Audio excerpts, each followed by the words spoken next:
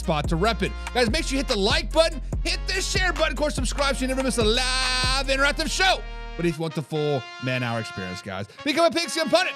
That is our members-only community where you get free entry to weekly NFL pick'ems, giveaways, exclusive merchandise, and bonus live streams only the Pigskin Pundits get. So if you want the next level access, guys, join the squad. Now remember, this is a live, interactive show. Drop your thoughts, your opinions, and your hot takes down below in the comments. We want to hear from you. We want to hear from you, Mr. Old Man River. Old Man River says pigskin. Pun. Get you some. Yes, sir. What is up, Old Man River? Hope you're having a good day today, man. Happy hump day. Humpy hump day to you. We got my man Arthur Brown in the chat. Says, I guess McDaniels heard me last night. Listen, I don't want to say we told you so, but we definitely told you so. And when coaches start speaking in tongues and just kind of speak the the quiet part out loud, we knew something was going to happen. Now, Arthur Brown, the question is that we're going to have to explore in weeks coming forward during the offseason. Is Tua still a Miami Dolphin? Are the Miami Dolphins going to draft a quarterback? Because Arch Manning said he's not going pro. He says, I don't want to go to the New York Jets. I don't want to go to the Raiders. I want to go back to Texas and win good the Bills, yo. But this is going to be a great offseason conversation. What do they do with Tua moving forward, right? So that is what is going to go happen there. So, guys, if you are in the chat today, go ahead and let us know, because we got a kind of some stuff that we would like to talk about, right? We're going to talk a little about the Kansas City Chiefs, of course. We're going to talk about Puka putting his stuff out there. We got cold, hard facts. Are the Houston Texans the real deal? But man, our nation, guys, welcome in. And tonight, we're going to ask one of the massive questions that everybody's questioning right now. Will we see Patrick Mahomes back on the field by week 1 of the 2026 NFL season after tearing his ACL and ALCL? Guys, smash the like button and hit the share as well. Drop Chiefs or Bolts or Raiders or Dolphins. Drop your squad down in the comments down below. I'm curious of how many fans or who we got fans of out here, right? So quick reset for anybody that is jumping in, for anybody that does not know the news, right? Patrick Mahomes tore his both ACL and LCL in his left knee in the loss to the LA Chargers last Sunday. He had surgery down in Texas on Monday night with Dr. Dan Cooper, one of the big-time knee guys in sports medicine. The procedure happened roughly 24 hours after the injury, which is actually, it's a damn quick turnaround, let's just be honest. Chiefs VP of Sports Medicine, Rick Burkholder, said everything went well and Mahomes has already started rehab. Slow it down, baby. Let's slow it down. But Burkholder put a number on it. He said ballpark, 9-month recovery.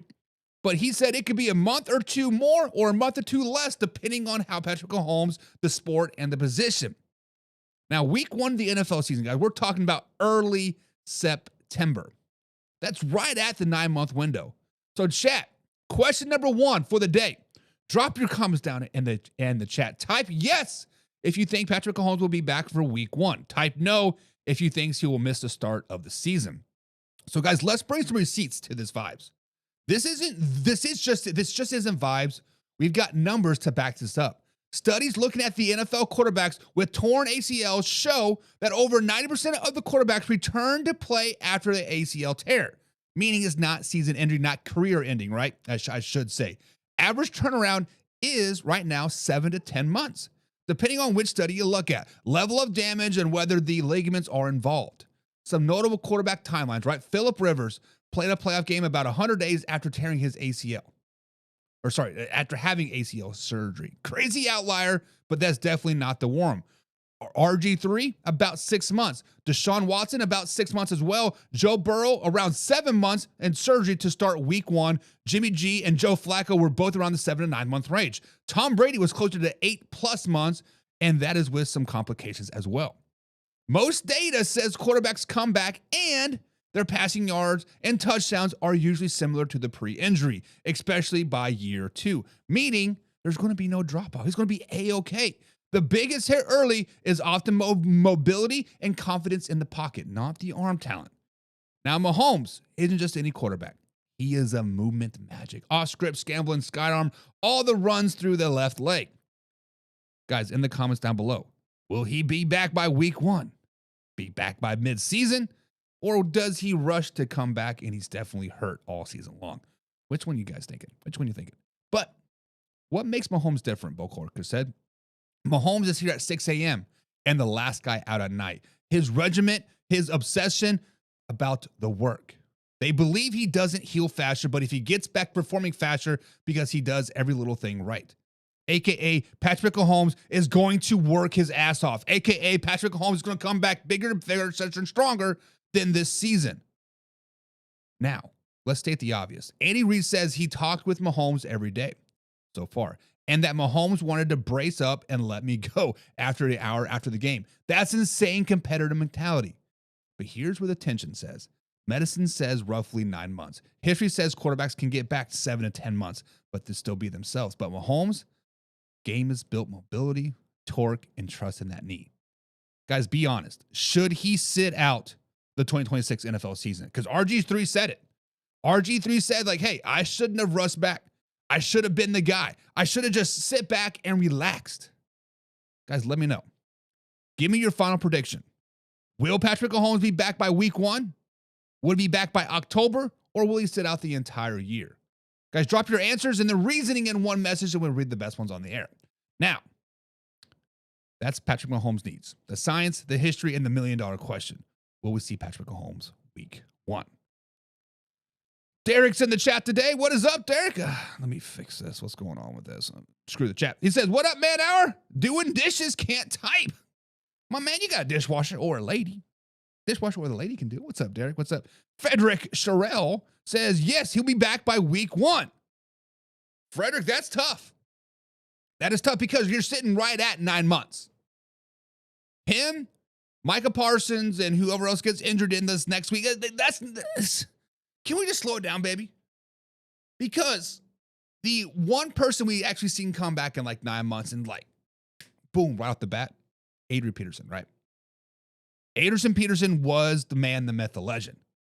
Granted, still have a lot of work. We'll see what happens.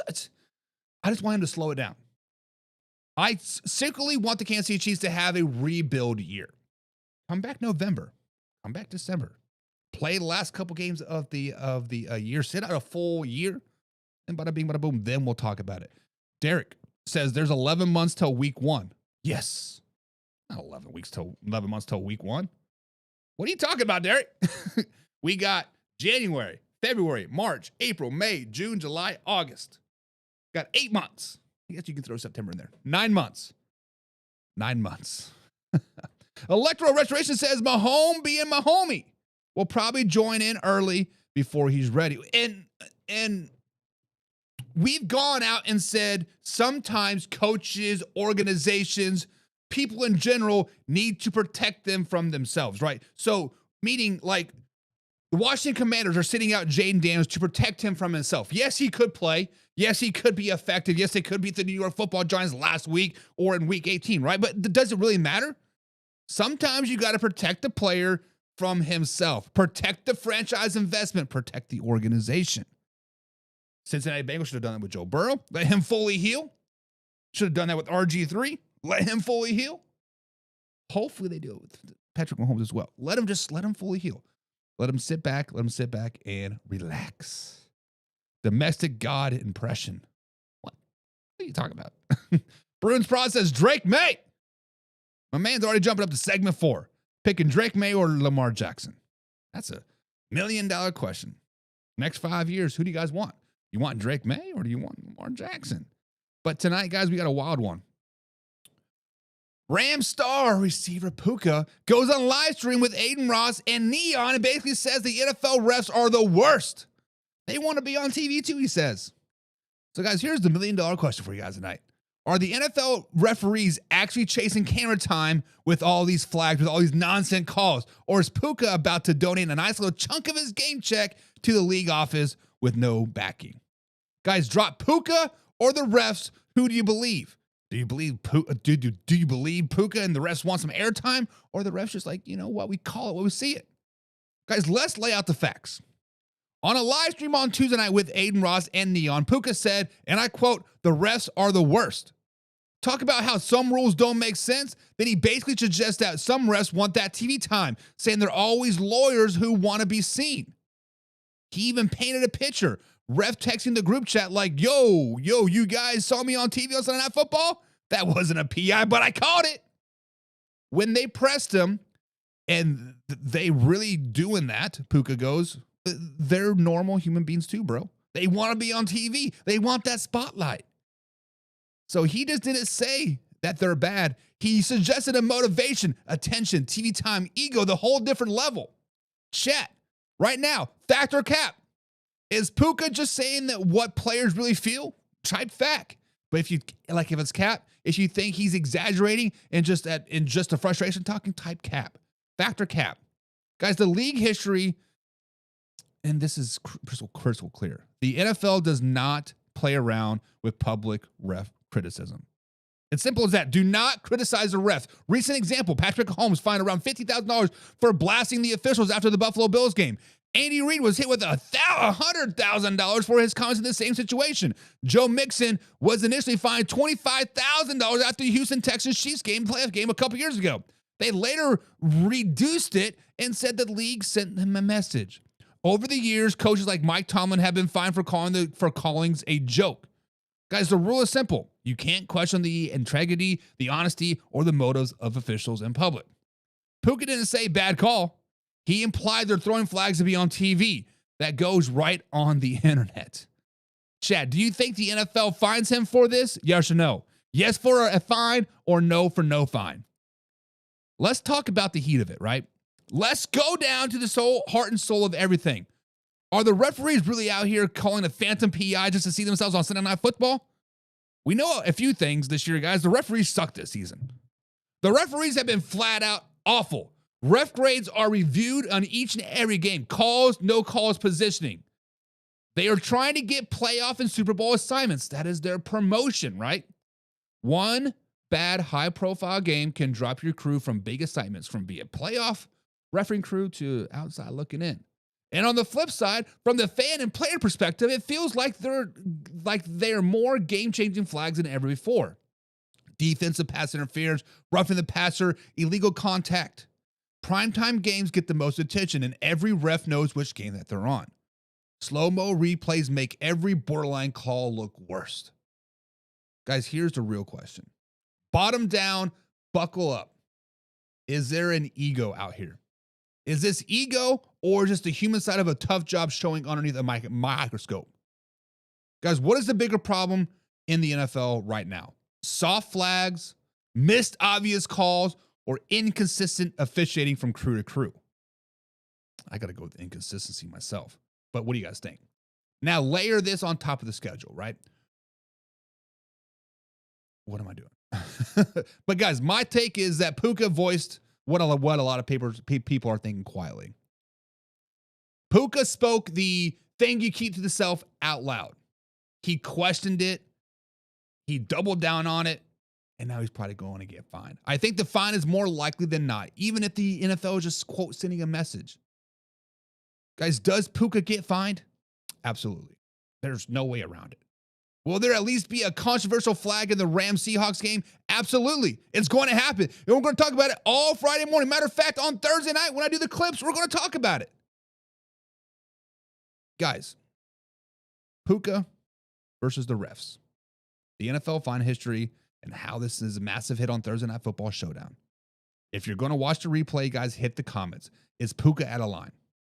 But right now in the live stream, is Puka out of line? Hit the like, guys, subscribe, and turn the notifications on. We'll be back live tomorrow at 7 p.m. East Coast time, as always. But Maximus, my man, says Puka is 100% right. I talk about this all the time. The refs really think we turn on the NFL game to watch them throw flags. Call them out when they're being implemented, the ability to overturn them all. I'm going to take it one step further. Let's flash back to the Tampa Bay Buccaneers Atlanta Falcons game. Was that last Thursday, wasn't it? The Atlanta Falcons had like 19 flags in the first half. The head referee had more airtime than freaking Kirk Cousins. It was ridiculous. This is the biggest thing about referees in general, right? The one thing that we want to see is consistency. Because think about this. Let's flash back to the Buccaneers-Falcons game. It was a field goal attempt. The Buccaneers player jumped forward 6-8 inches, right? Did not go offsides. The referees called him offsides. Flash back to a Monday night game. The Miami Dolphins player did the same thing. Jumped up, moved 6 to 8 inches, got called back. Nothing happened. It's a fair game. Legitimately did the same exact thing from Buccaneers and Falcons to Dolphins and Steelers. Flag on one, no flag on the other. We just want consistency, right? I think that's the biggest part of the NFL in game in general is we don't know what a catch is. We don't know what a holding is. We don't know what a personal foul is. We don't know what a pass interference is. We don't know what offsides is, neutral zone is. We don't know what false start is. We don't know what the passer is or intentional grounding because it changes. From play to play, game to game, week to week, crew to crew, it changes. We just want some type of consistency. Now, we dog Major League Baseball all the time for having the worst referees, umpires in all of professional sports. But you know what they do right? We pretty much have a good idea of what the strike zone is. Plate, shoulders to belt. Bada bing, bada boom, that is a strike, right? I'm just saying. Chargers Chiefs game. The dude caught it. The ball hit the ground, bobbled up, and he caught it again, but it's like it's a catch. Like, what? We just want some consistency because Dez still caught it, and everybody knows that. Derek says the refs are within let in be a game. The refs are within let it be a game. Not a court case. I'm cool with the stripes. Apparently, Derek has never had a bad call. Or like calls that have literally affected the game or changed the outcome of the game. Derek says, while they are is on TV, not the front. I don't know what you're saying there, Derek. sorry, but I'm trying, but I'm not understanding. Laura Johnson Hedrick, she's a pigskin pun. What's up? She says, good evening, Man Hour Nation. And she says she'd rather watch the ref than Kirk Cousins. Pigskin pun. Get you some. Laura, everybody and their dog knows that is a lie. Everybody and their dog knows that you are the president of the Kirk Cousins fan club, Laura. Everybody knows that the fan club runs through Laura Johnson Hedrick. If you want to be a fan of her Cousins, you have to call Laura and be like, Laura, can I please join your cool kids club? Stop it. Electro Restoration says, I will not lie. Them refs and the calls have been very, very spotty this whole season for everyone. But Puka just voiced for all of us. He's justified. And I agree. 100%. But as a professional athlete, you know you cannot say that. As a professional athlete, you know you have to praise the referees. As a professional athlete, you want those dollar bills, yo. Let us pundits do it. Let us 9-to-5ers do it. We'll go out there and we'll protest for you, Puka. Hell, you call me up and say, Buck, I'll give you $10,000 to go out there and slash land. Oh, I will. I'll let him have it, baby. I'll spend 2 straight weeks saying how bad he sucks. Just so you don't get fined, brother. Come on, man. Come on. I was going to talk more about referees, but Laura says, oh, heck no. I love you, Man Hour, a.k.a. Buck. Listen, we love you too, Laura. We here for you, girl. And John says the refs are very inconsistent, which affects the bottom line. Actually, John, I'm going to say the opposite. I am going to say the opposite. I want to say, since the referees are so inconsistent, since we're consistently talking about how bad the referees are, you know what that does? That consistently puts the NFL in our mouth over and over and over again. I believe my man Donald Trump said it best because I am actually reading his book right now, The Art of the Deal, right? Donald Trump says, publicity is publicity. I don't care if it's good, bad, or indifferent. They talking about me. So when the referees are bad, right now, we said that the NFL referees suck. Well, guess what they said? We said NFL. We said NFL. So the people are going to go to Google. Do the NFL referees suck? It's just Google searches, YouTube searches, Facebook searches, Gemini, AI, ChatGPT. It doesn't affect the bottom line at all. It doesn't affect the inconsistencies at all. You know what it does? When I post something on Facebook and say, oh, look, the Philadelphia Eagles are cheating again. False start holding this, whatever. People go in there and they talk about the NFL. They go out there and they engage on that post. They go out there and say, oh, Buck, you're wrong. You're stupid. Do you even know football? Listen, I know a hell of a lot of football. Sometimes I may just whatever, like it is what it is. Sometimes I let y'all go. But deep down, guys, I know football inside and out. I know what a holding is. I know what a catch is. I know what offsides is. It's called being a troll sometimes. Brunenside says Drake Maye over Lamar Jackson. Slow down, baby. That's next. That is next. And John says Vegas loves it either way. So you just proved my point, John. You literally just proved my point. You said the referees being very inconsistent is hurting the bottom line. But then you said Vegas loves it either way. Like, it doesn't affect them. It doesn't. Electro Retro says, Buck, you sound like Jerry Jones right now. We're talking about the refs and publicity. Listen, there's a reason why the Dallas Cowboys are the richest sports team in all of sports. I believe it was a couple years ago, it was like $10.9 billion. It was $0.5 or $0.6 billion more than the next closest team. I think it was like the Yankees or something, right? Jerry Jones knows how to sell. The NFL knows how to sell. And honestly, guys, I'm going to take it one step further. I think this is why the NFL has not fixed the referee crew yet. This is why they have not said, oh, we're going to replay everything and have robot referees and all this other stuff. Like, I think this is why. Because think about this logically. We spent 15 minutes talking about refs. For what? For what? We're not praising them. We're talking about how bad they are. Talking about how inconsistent they are, or how inconsistent they are. We talking about practice, right?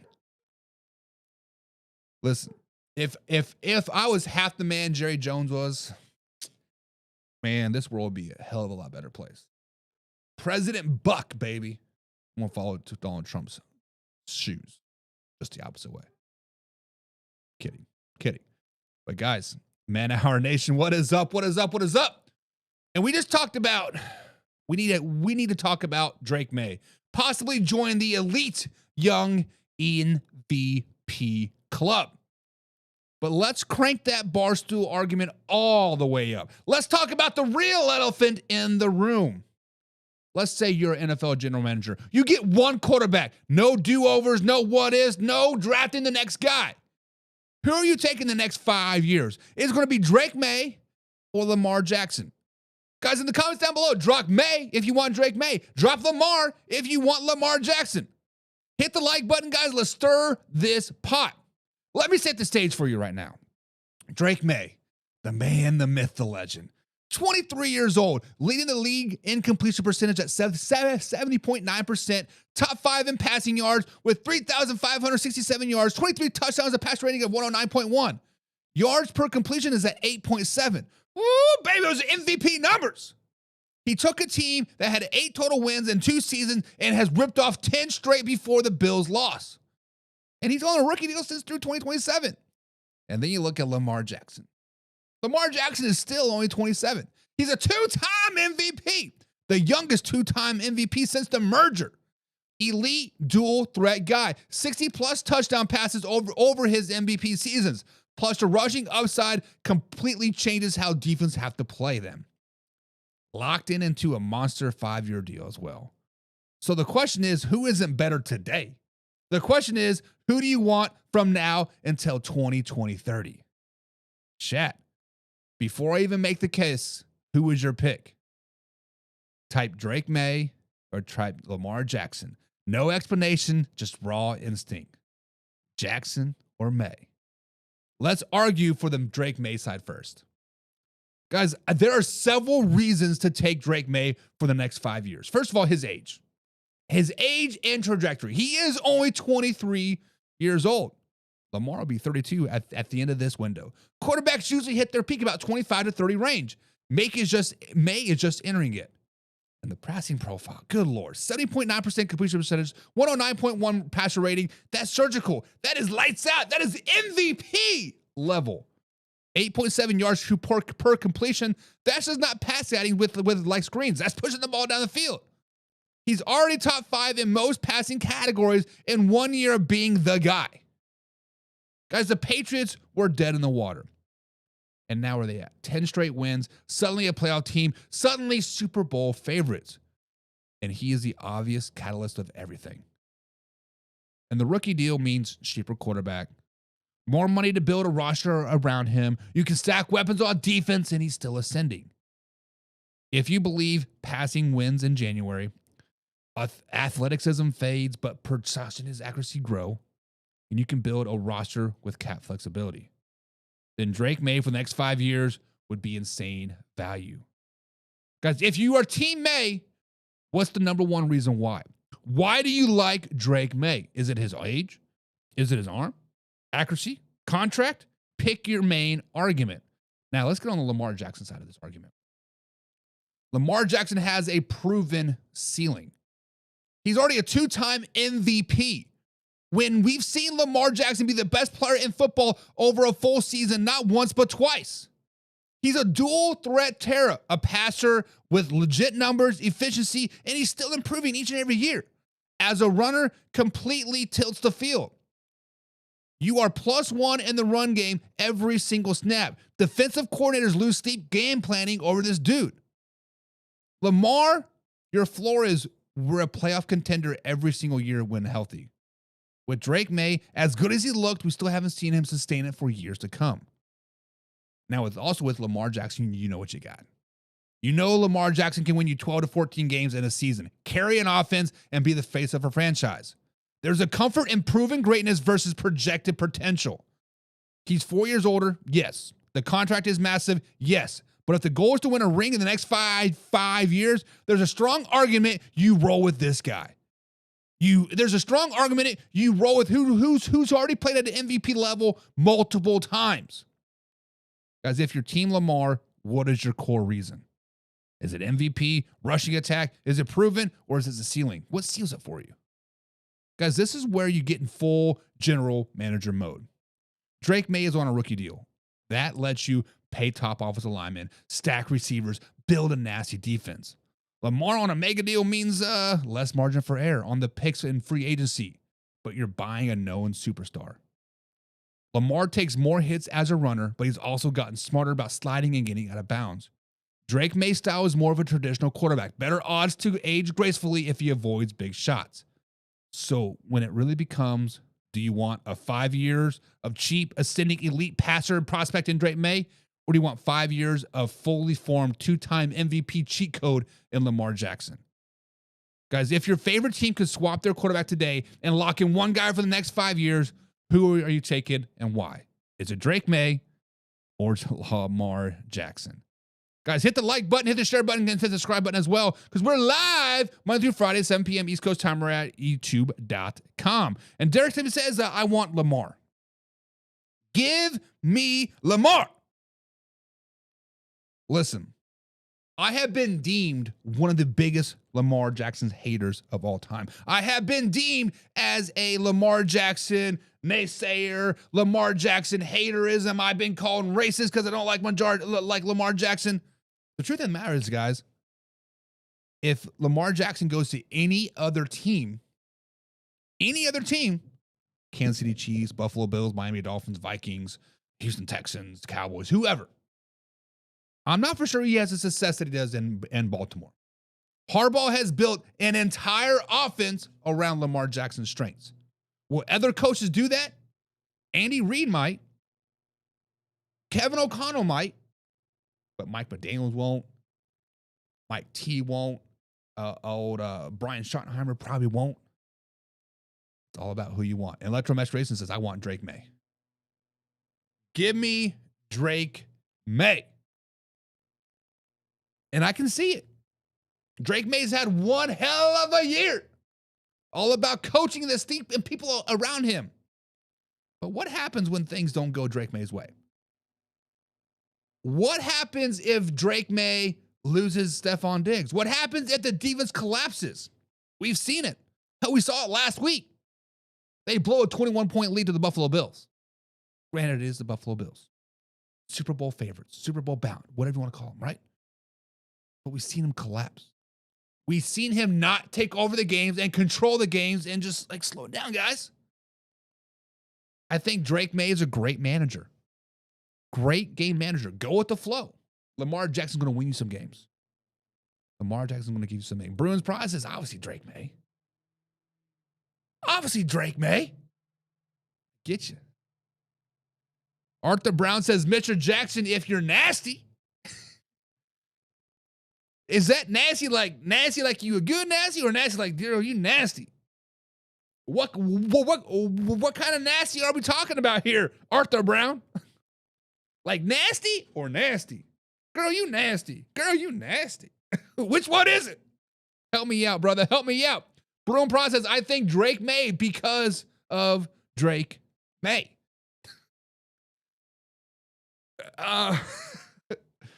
Do you guys remember the South Park episode when it's like Al Gore's like Al Gore, Al Gore, Al Gore, Al Gore? This is exactly what Broom Prod is doing for Drake May. Drake May, Drake May, Drake May. Drake May invented the internet. Drake May invented football. Drake May been in the moon and back twice and said the moons are flat. Like what? See Sam Darnold in Minnesota. Sam Darnold is... Hang on, Old Man River. Pigskin Pundit for one, guys. Pigskin Pundit. Get you some. Guys, be like Old Man River. Become a Pigskin Pundit today. Hit the membership tab down below. $4.99 a month. When you say seed Sam Darnold in Minnesota, are you talking about all coaching? Because obviously Sam Darnold was a bust in New York. Obviously he was not very good in Carolina. Went to San Francisco, had a little bit of success as a backup, learned the ropes, learned how to be a great quarterback. Minnesota had a phenomenal year and doing pretty damn good in Seattle right now. So are you saying it's all about coaching? Is that what you're saying? I'm kind of curious of where you're going. Electro Retro says, so Lamar has had time already to try to make a Super Bowl with his older team and still hasn't made it. The Patriots still got time to build up a great dynasty. Enough said. Electro Retro says, I definitely see what you're saying. And I understand what you're saying. And I respect what you're saying. However, I think the reason Lamar Jackson has not gone to Super Bowl, matter of fact, the reason why Lamar Jackson hasn't won a Super Bowl is because of coaching. Harbaugh is not a good big game coach. When you look at the playoff stats, Lamar Jackson performs. Lamar Jackson does what he is asked to do. The problem is he was asked to throw 50 plus times versus the Kansas City Chiefs when they've been running the ball with Derrick Henry all year long. It's been coaching problems with Lamar Jackson, I think. Arthur Brown says, Lamar Jackson hater, Baker and Dak lover, etc. I am not a Lamar Jackson hater. I'm a Lamar Jackson realist. When you come out and say you're going to go in the Super Bowl your first 5 years, you slow down, baby. All you fans, you slow down, baby. John says, love me some Baker to Mimini. Mini-man, 2-minute man. 2-minute man. He is. Bruins Prize says, Drake May is good because he throws and plays like Drake May. You know who else throws like Drake May? Bo Nix, but we're not talking about Bo Nix. How are we? There's a reason for that. Old Man River says, Jackson has a few MVPs. Drake May better be thankful if he's anywhere close to his skills. That's tough. That is tough because it's true. It's tough because it's true. It's tough because it's true. Time for some cold hard facts.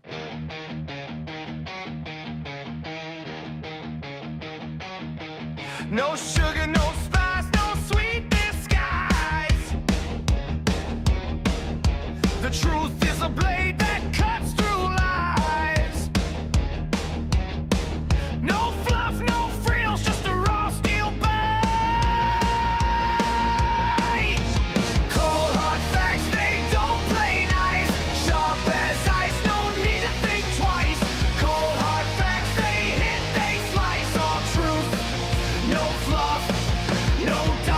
Alrighty, guys, it is time for some cold, hard facts. If you've not seen this segment before, guys, here's how it works. We're going to lay down some straight facts. No fluff, no sugarcoat, just real, undeniable truth about what's going on across the NFL world. We're talking about the cold, hard facts. We're going to cut through all the noise, cut through all the fluff, and get down to what is true and real. No room for debate here, guys, because these are facts you can take to the bank. Cold hard facts, they don't play nice. Sharp as ice, no need to think twice. Cold hard facts, they hit, they slice. All truth, no fluff, no dice. Alrighty, guys, so the first whole fight of the night is the Houston Texans are a dark horse in the AFC. Guys, the hater came out of me when we were talking about the Houston Texans earlier this season. They started off 0-3. Then they dropped 2 more games over the next 5. I kept saying, nah, this ain't it, dog. Nah, they ain't very good. Nah. Mel and Mike, you need to write your team off. But here's where the cold hard facts that I cannot run from anymore, guys. The Houston Texans are a legit team. The Houston Texans are legit dark horses in the AFC. The Houston Texans are Super Bowl bound in the AFC. I'll own it. I was still counting them out, even after they started stacking up wins. 6 straight wins later, I still wasn't buying in. I still didn't like the defense. I still like CJ Stroud. But then I went back and I watched the games. Not the highlights, not the box scores, the full film 22 game tapes, especially the last 6. And that's when it hit me. This team doesn't look lucky. They look connected. They looked well coached. They look like a team that's figured something out midseason that hasn't let go since. Let's start with the travels in January. Defense. Defense travels in January, and according to ESPN, they're a top 10 scoring defense. They're top 10 takeaways during this win streak, and they're one of the best teams in third down defense over the last 6 games. They're getting pressure without selling out. They're tackling, they're disguising coverages, and most importantly, they're closing out games. This isn't a finesse unit. This is a defense that makes quarterbacks uncomfortable, right? Josh Allen, 8 sacks. Earlier this season, the Texans were just trying to be something that they weren't. Too aggressive, too vertical, too much on the quarterback. Since the CJ Stroud injury, everything has changed. Over the last 6 games, guys, the Houston Texans are averaging 24 points per game.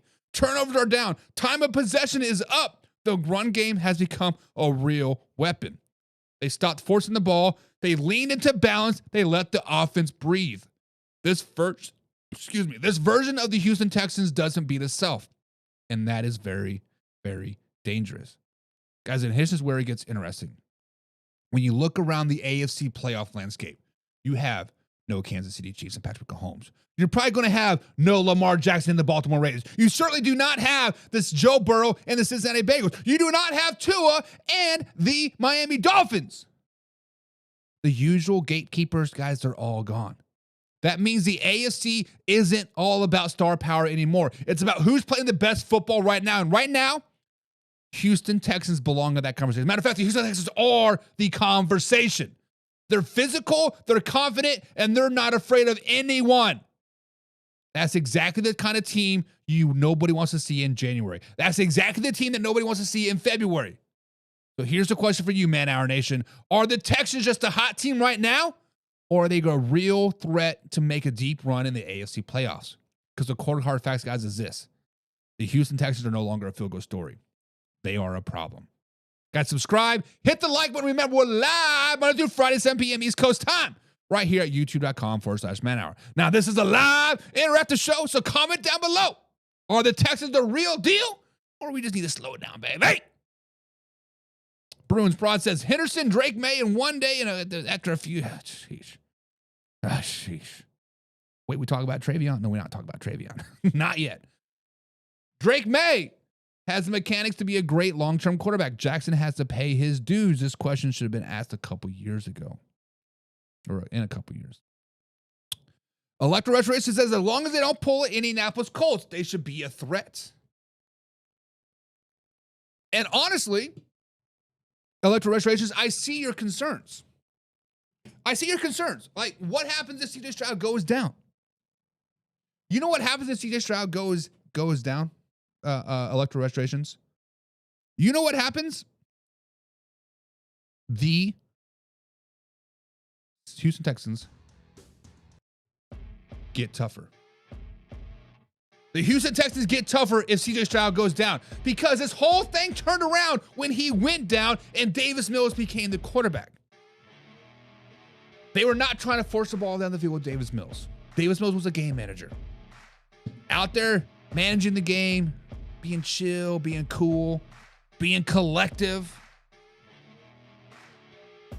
They'll be just fine. They'll be just fine. Next up here on the Cold Hard Facts, guys. Cold Hard Facts number 2. Trevor Lawrence is a top 5 quarterback underneath head coach Liam Cohen. Man, our nation, it's time for Cold Hard Facts, and this one's going to flip the whole Trevor Lawrence conversation on its head. Guys, Trevor Lawrence is a top 5 quarterback in the NFL underneath Liam Cohen. Not potential, not production, simply put, right now. And if you're still judging him off of past seasons, you're already behind. He's a top 5 quarterback in the NFL. Guys, simply put, for years, Trevor Lawrence took heat. He's overrated, too inconsistent, not living up to the hype, got overpaid way too early. Guys, the cold hard facts is this.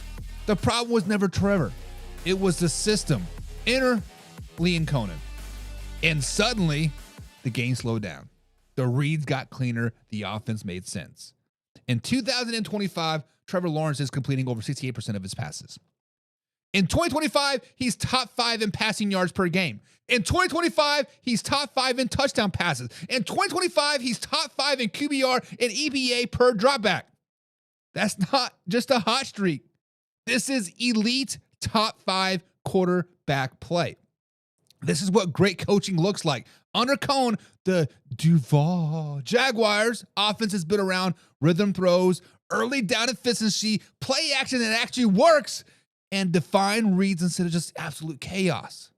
Trevor Lawrence isn't forcing the ball anymore. He's been decisive, he's aggressive when it matters, and most importantly, he's protecting the football. His interception rate is down to the lowest of his career. The sack rate is at an all-time low as well. His red zone efficiency is way up. That is growth. That is development. And that's what happens when a quarterback finally gets a coordinator and a head coach who knows exactly what he's doing. Guys, turn on the film. And this is where the argument ends. Lawrence is, simply put, he's manipulating safeties with his eyes. Watch his eyes. Top 5 quarterback's eyes. Climbing the pocket instead of bailing. He's hitting receivers in stride, making third and long look routine. This version of Trevor Lawrence is in control. He's not surviving games anymore. He is commanding them. And we stack him up with the best in the league in 2025. Only a handful of quarterbacks are playing cleaner football from week to week. That's why the numbers love him. That's why the defense respects him. And that's why the Jacksonville Jaguars are winning games that they used to lose. Guys, here's what nobody wants to admit. Trevor Lawrence isn't chasing the top tier anymore. He's in it. Matter of fact, Trevor Lawrence is a top tier. Under Liam Cohen, he's doing what top 5 quarterbacks do. He's elevating everybody around him. This offense looks efficient with him, making average weapons productive, closing games late. This isn't about hype anymore. It's about results. Guys, and the cold hard facts is simple. Trevor Lawrence with Liam Cohen is a top 5 quarterback in the NFL. But man, our nation, here's my question to you. Is Trevor Lawrence finally getting the respect he deserves, or are people still sticking and judging him from the years past? Because in 2025, under Liam Cohen, he's playing like a top 5 quarterback. Guys, subscribe, hit the like button. Remember, we're live Monday through Friday, 7 p.m. East Coast time, right at YouTube.com. Now, this is a live interactive show, so comment down below and join the discussion. Derek says, I counted the Jags and Colts out. Don't bet with me. Jeez, that's tough. John says, this year says a little bit different about Lawrence. His confidence and performance could be agreed, but not 5. Doubtful. So who's better than Trevor Lawrence right now? Right now in the NFL in 2025, not 2024, 23, 22, 21, not 2026, 27, 28, 29, 30. Right now, who's better than Trevor Lawrence? I will give you a couple. Drake Maye is playing better than Trevor Lawrence right now. Bo Nix is managing the game very, very well. As his stats may not say it, but use the eye test. Right? And then, who do you got? Right now, like, who do you got? Are you going to throw Josh Allen up there? That's past. Josh Allen this year is not very good. Sorry, Alpha Rob. Dak Prescott potentially. Not winning. Not cheating in it. But still pretty good. Trevor Lawrence is a top 5 quarterback. Stop. John, or Electro Rush says, I'm still skeptical. No lie. But stats can't lie. Now, consistency into next season will truly put him up there for me. And I agree. Do it next year, the year before that, and then we'll put him in the top 5 conversation overall. But the 2025 NFL season right now, he's got to be up there. He's got to be up there. It's got to be Drake Maye. It's got to be Bo Nix. And then there's going to be Trevor Lawrence. Maybe CJ Stroud. If you're just going off the last 6 games. You can throw Daniel Jones up there too, I guess. But damn.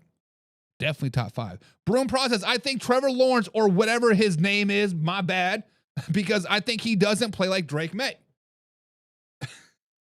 Can this man slob from Drake May's nuts anymore? Drake Maye. Drake Maye. Hey, did you guys know that Broom Pros likes Drake Maye? I'm just saying. Oh, and I forgot about Matthew, but thank you. Thank you, Electro Richards. I totally forgot about Matthew Stafford. Mr. MVP himself, arguably the best year of his career, Matthew Stafford. So Electro Nation says Drake Maye, Bo Nix, Matthew Stafford, Dakota Prescott, and Dane Dimes. That's my top 5, and not in order.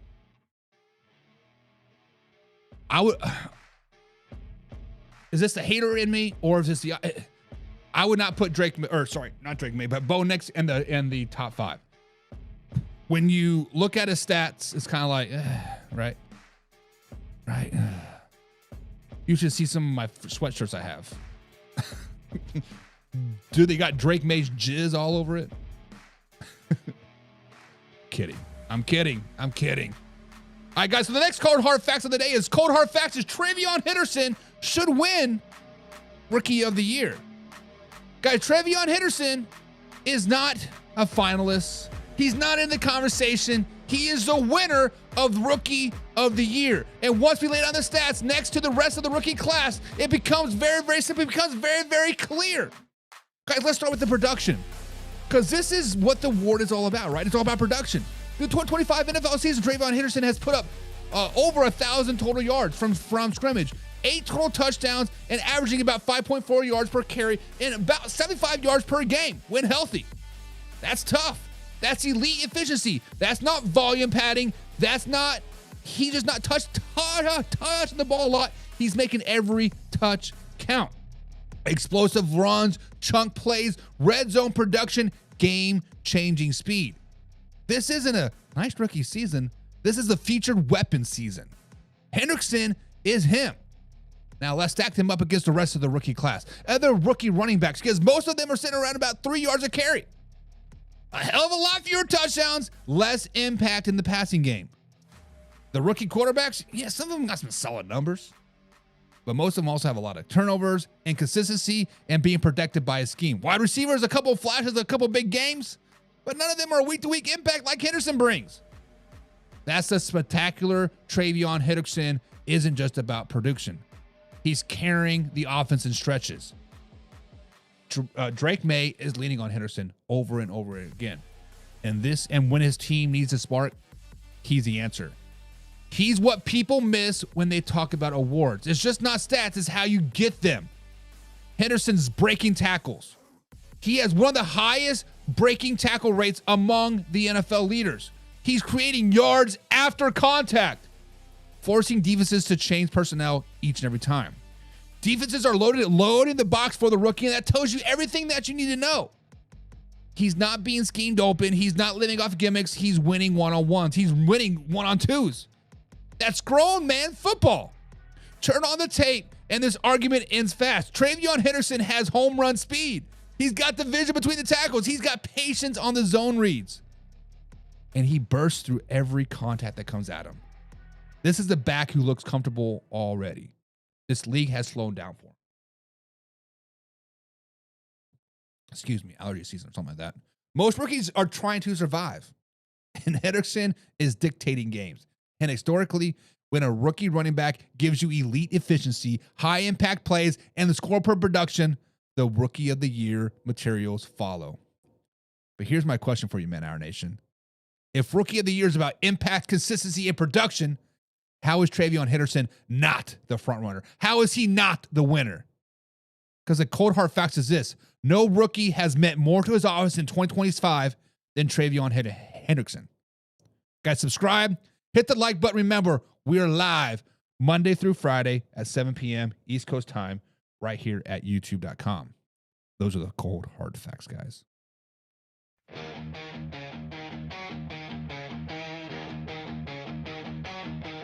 No sugar, no spice, no sweet disguise. The truth is a blade that cuts through lies.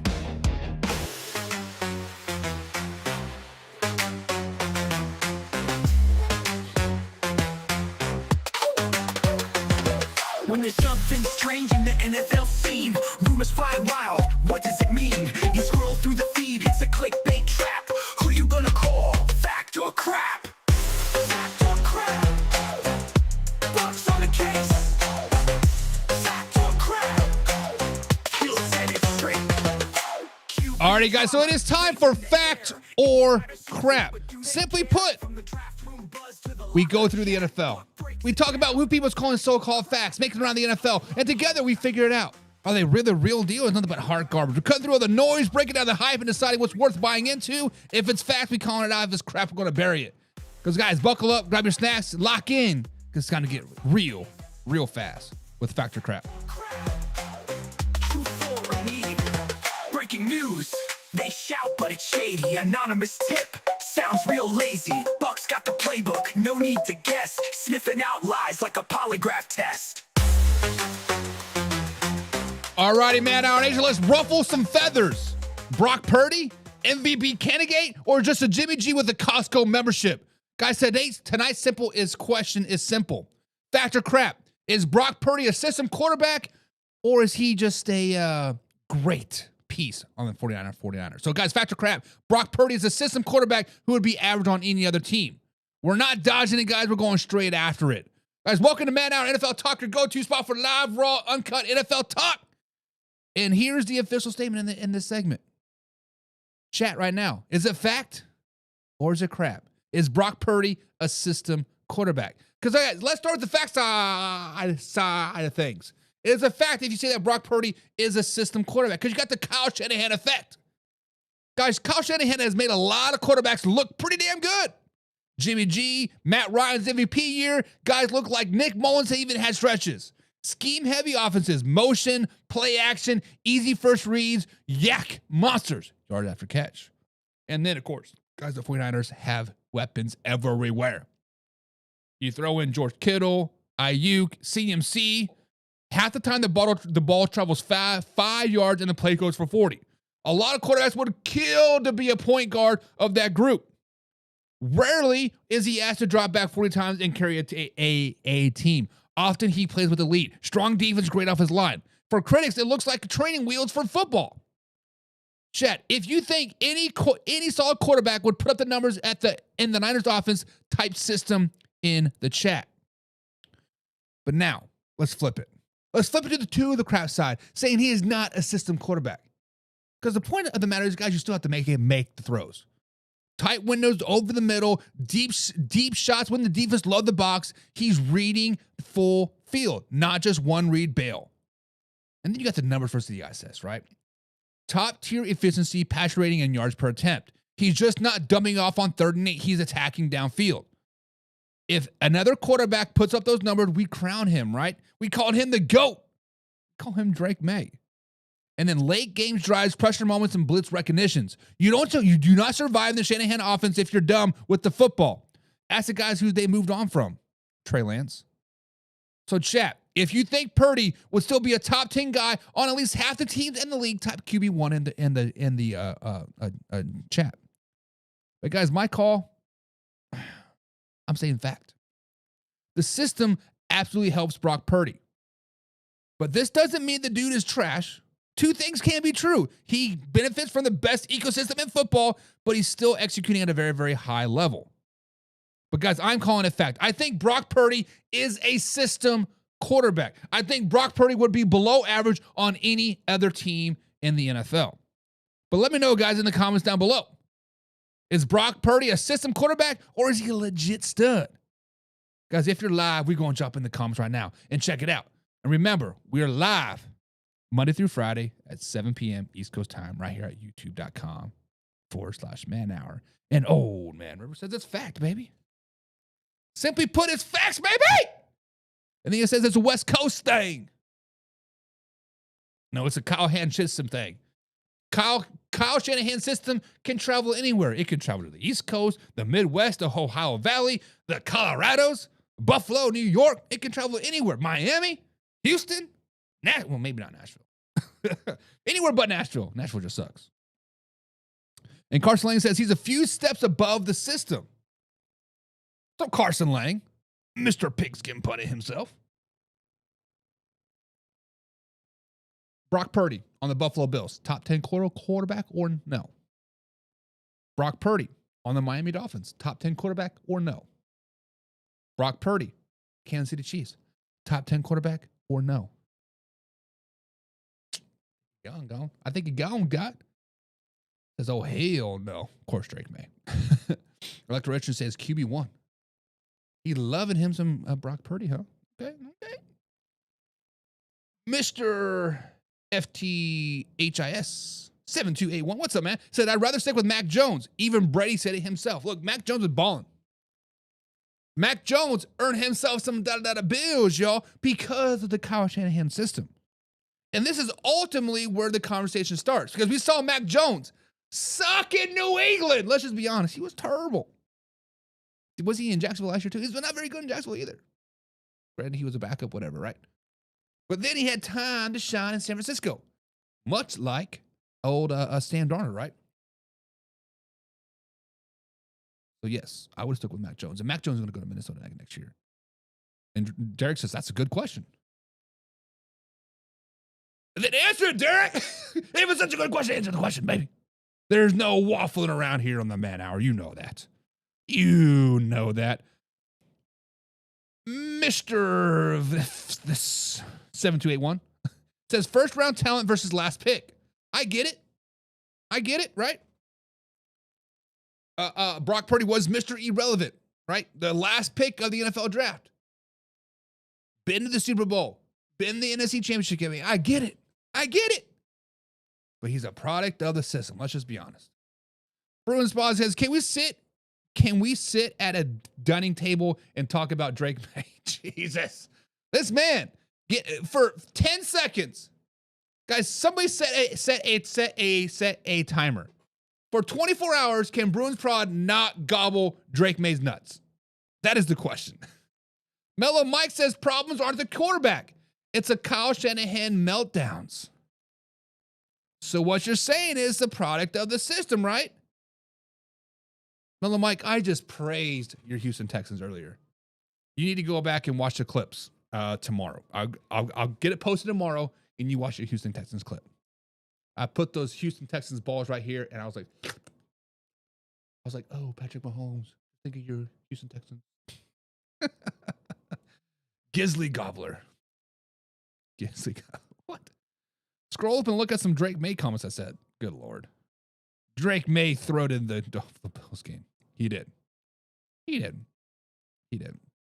But guys, that's going to be it for tonight, guys. Thank you guys for tuning in. Definitely appreciate you guys. We'll be back tomorrow. We are going to preview the Seahawks versus the Rams. I'm actually going to be playing bingo a little bit. Playing a little bingo tomorrow. So it's going to be a pre-recorded live show. I'll be in the chat talking shit with you guys. But until then, guys, we out. Hey, now it's time to take off. Gotta keep it live and raw. Better stay tuned in. Drake May is not the MVP. Man, now we're NFL talk. I know that you're ready for